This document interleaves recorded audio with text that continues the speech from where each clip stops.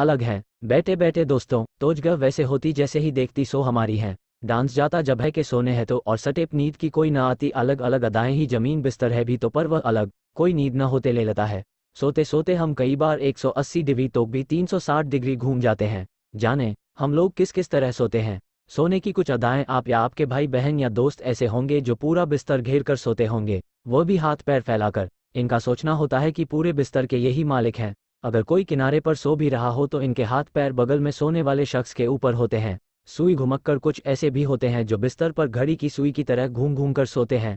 इनके बराबर में सोने वाले की शामत आ जाती है। वह कई बार बिस्तर के किनारे पर आ जाते हैं, कई बार इस किनारे को भी पार कर जाते हैं। सोचिए कहाँ जाते होंगे, नीचे। और कहा उलट पुलट ऐसे लोग जो सोते तो सीधे हैं, लेकिन कुछ ही देर बाद उनकी उलट पुलट शुरू हो जाती है। जब ये कमर के बल सोते हैं तो थोड़ी देर बाद पीठ के बल सोते हुए मिलते हैं, और अगर पीठ के बल लेटे थे तो थोड़ी देर में पेट के बल सोते हुए पाए जाएंगे। कुछ तो डॉगी स्टाइल में भी सोते हैं। यही नहीं, इन्हें कितना भी सीधा कर दो बाद में उल्टे पुल्टे हो ही जाते हैं, डॉगी की दुम की तरह। अदा सलीपी जब स्कूल में आए नींद। अगर पीछे बैठे हो बैक बेंचर को कुछ लोग पढ़ाई में अच्छा नहीं मानते, वहीं ये भी सच है कि बैक बेंच पर बैठकर पढ़ने वाले कई बच्चे बड़े होने पर महान बने हैं। कलाम साहब से लेकर कितने ही AKS IPS बैक बेंचर रहे हैं।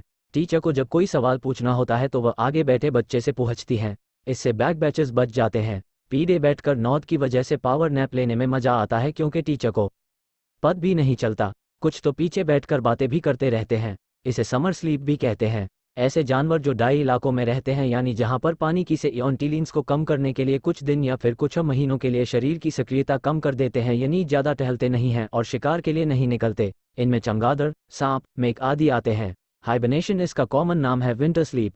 सर्दियों में कई जानवरों के शरीर का तापमान भी कम हो जाता है, इससे कि अपनी मेटाबॉलिक एक्टिविटी, सांस लेने, भोजन पचाने आदि जैसी एक्टिविटी को कम कर लेते हैं, यानी सो जाते हैं। मसलन सांप, मेघ, अर्थवॉर्म आदि। इससे इनके शरीर में एनर्जी की ज़रूरत काफ़ी कम हो जाती है और वे इस मुश्किल वक्त में भी जिंदा रहते हैं। अगर आगे बैठे हो, अगर आगे बैठना मजबूरी है तो जिस सब्जेक्ट की पढ़ाई हो रहा है उस बुक को खोलकर रख लें। ये भी ध्यान रखें कि सामने कोई लंबा और चौड़ा लड़का या लड़की बैठी हो। फिर सोने के लिए ऐसी पोजीशन बनाएं जैसे पढ़ रहे हों, यानी नज़रें बुक की ओर हो पर बंद हो। इसके लिए अपने चेहरे को हाथों से थामकर सिर झुका लें। देखने वाले को ऐसा लगना चाहिए कि आप पढ़ रहे हैं। हालांकि रिस्क इसमें भी है, पर सोना है तो रिस्क लेना ही पड़ेगा।